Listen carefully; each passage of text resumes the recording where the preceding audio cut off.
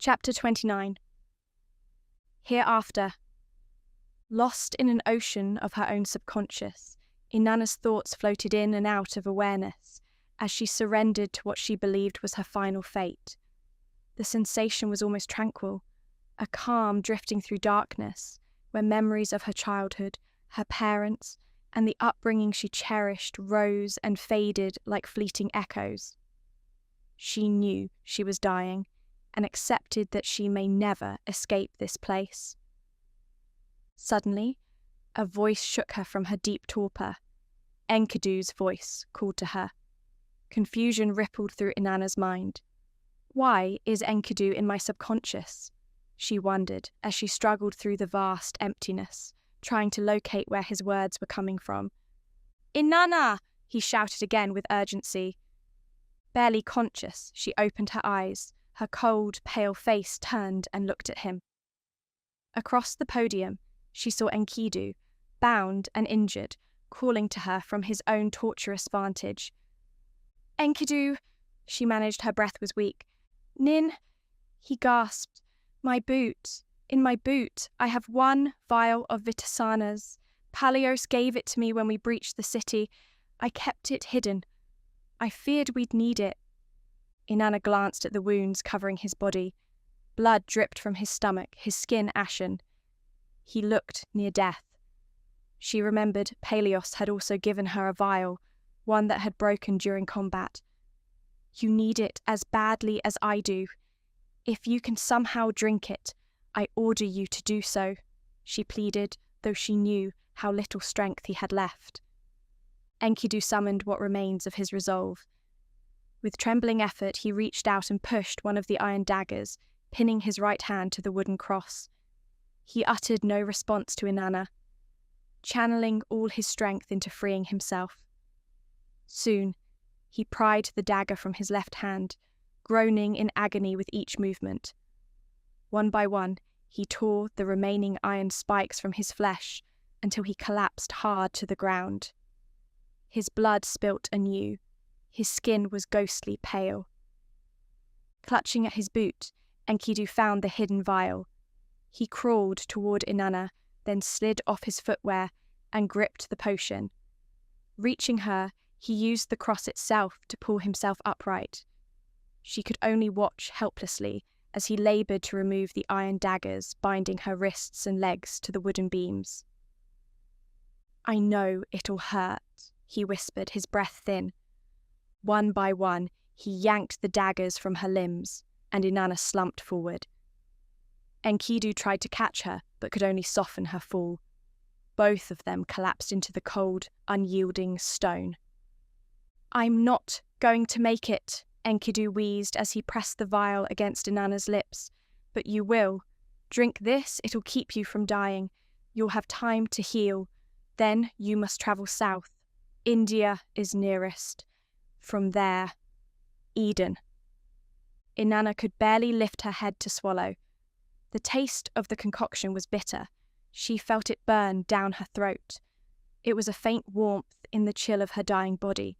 I can't do this alone," she whispered, tears in her eyes. "You know this land better than I ever will.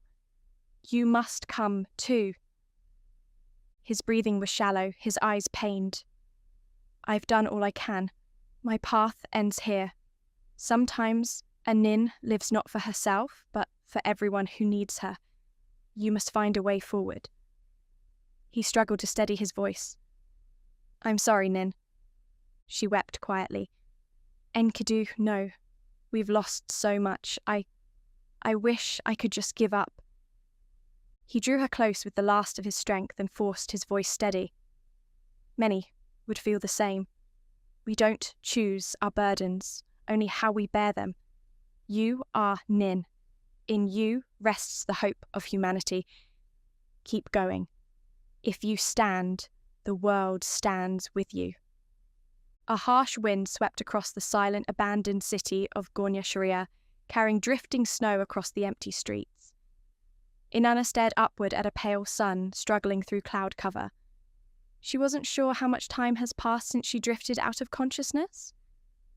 With numb fingers, she checked the wounds in her stomach, arms, and legs, finding them no longer bleeding, proof the Vitasana's bacteria is at work.